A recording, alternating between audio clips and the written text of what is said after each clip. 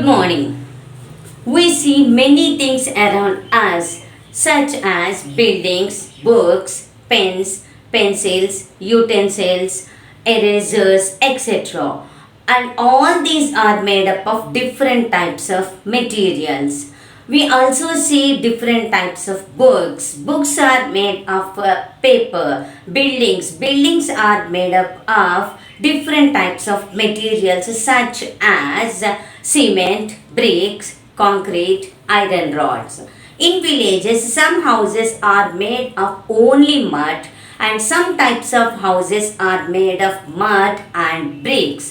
Let us see about furniture. Furniture naturally made of wood. Even furniture is also made up of plastic, metal, etc. Toys are made of mud. Sometimes clay is used to make different types of toys. And toys are also made of metals, glass, plastic, etc. So all these different types of materials which we are observing, the different types of materials are used to make different types of articles or things.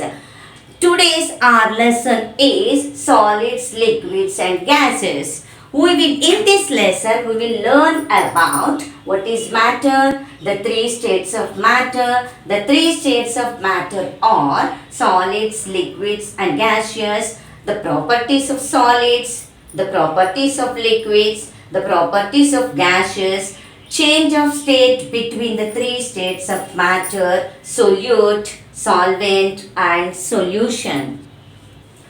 What is matter? Anything that has some mass and volume is called matter. What is mass? The amount of matter contained in an object is called its matter. So what do you mean by the mass of a wooden chair, the mass of a glass tumbler, the mass of a plastic bucket? Let us see, the mass of a wooden chair is the amount of wood contains in it.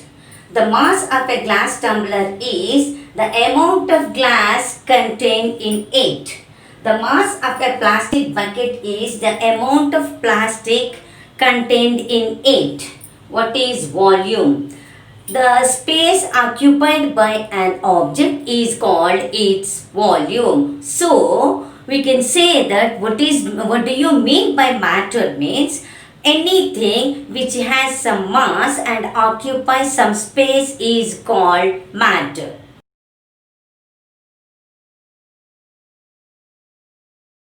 How the matter is made up?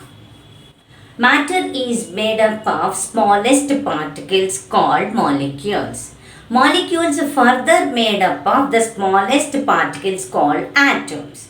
These molecules are so small that which we cannot see them with naked eyes. Almost all the things present around us are made of one or the other type of matter. Is air matter? Yes. The air which we cannot see is matter because it has some weight and it occupies some space. To prove that, let us do simplest and smallest experiments. Take two balloons and blow air into one of the balloon and observe these two balloons. Uninflated balloon is small in size. The air which you blown into one of the balloon becomes bigger in size. Inflated balloon becomes bigger in size. It proves that air occupies space. So by doing the above experiment, we proved that air occupies space. Let us do is air has some mass or not. Take a ruler. Tie a thread in the middle of the ruler and these two balloons tied to the ruler to both the ends. Uninflated balloon to one end and inflated balloon to another end. Hold the thread in the hand and lift it a little height and observe. The inflated balloon moves towards the downwards and uninflated balloon moves upwards, it proves that air has some mass. So, by the above experiment, we proved that air has mass. By observing these two experiments, we can understand that air is matter.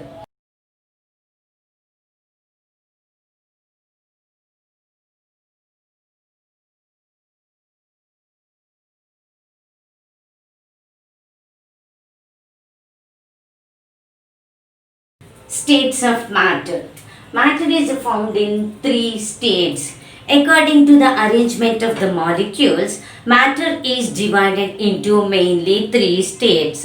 They are solids, liquids, and gaseous. In solids, all the molecules are arranged very closely. So, molecules are tightly packed in solids. In liquids, molecules are arranged loosely, means in between the molecules there is a gap. So this gap is called intermolecular space. In gases, the molecules are very loosely packed, so they can diffuse easily. So according to this arrangement, each matter is having the different types of arrangement of molecules. Each state of matter is having different types of properties.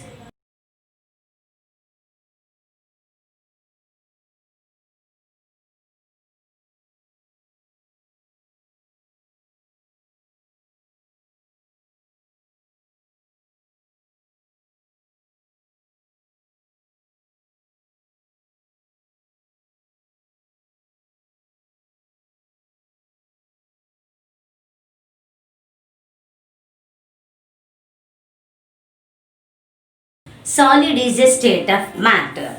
The properties of solids: generally hard, fixed shape, occupies definite space, definite volume, force of attraction, cannot move, cannot flow. Let us see. Solids are generally hard like the stones, and they are fixed shape because the arrangement of molecules in solids are tightly packed, so there is no intermolecular space at all in solids, so they are fixed shape. They are fixed shape, occupies definite space because they are having some mass and they occupy definite space and definite volume. They are made up of matter, so they are having some volume. Force of attraction: due to the arrangement of molecules, they are tightly packed, so the force of attraction is more and more in solids comparatively liquids and gases. They cannot move because they are tightly packed, so they cannot move. They cannot flow. The force of attraction between the molecules is more and more, so they cannot flow.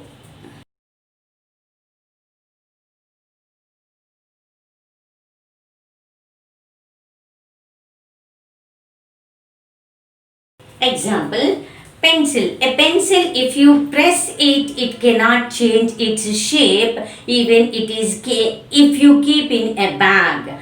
And there are some more examples for solids such as football, book, chair, table, a piece of stone, a log of wood, etc. These things cannot change their shape even by applying force. There are some substances which can change their shape by applying force. For example, clay. Clay can change its shape by applying force. Clay can be molded into different shapes.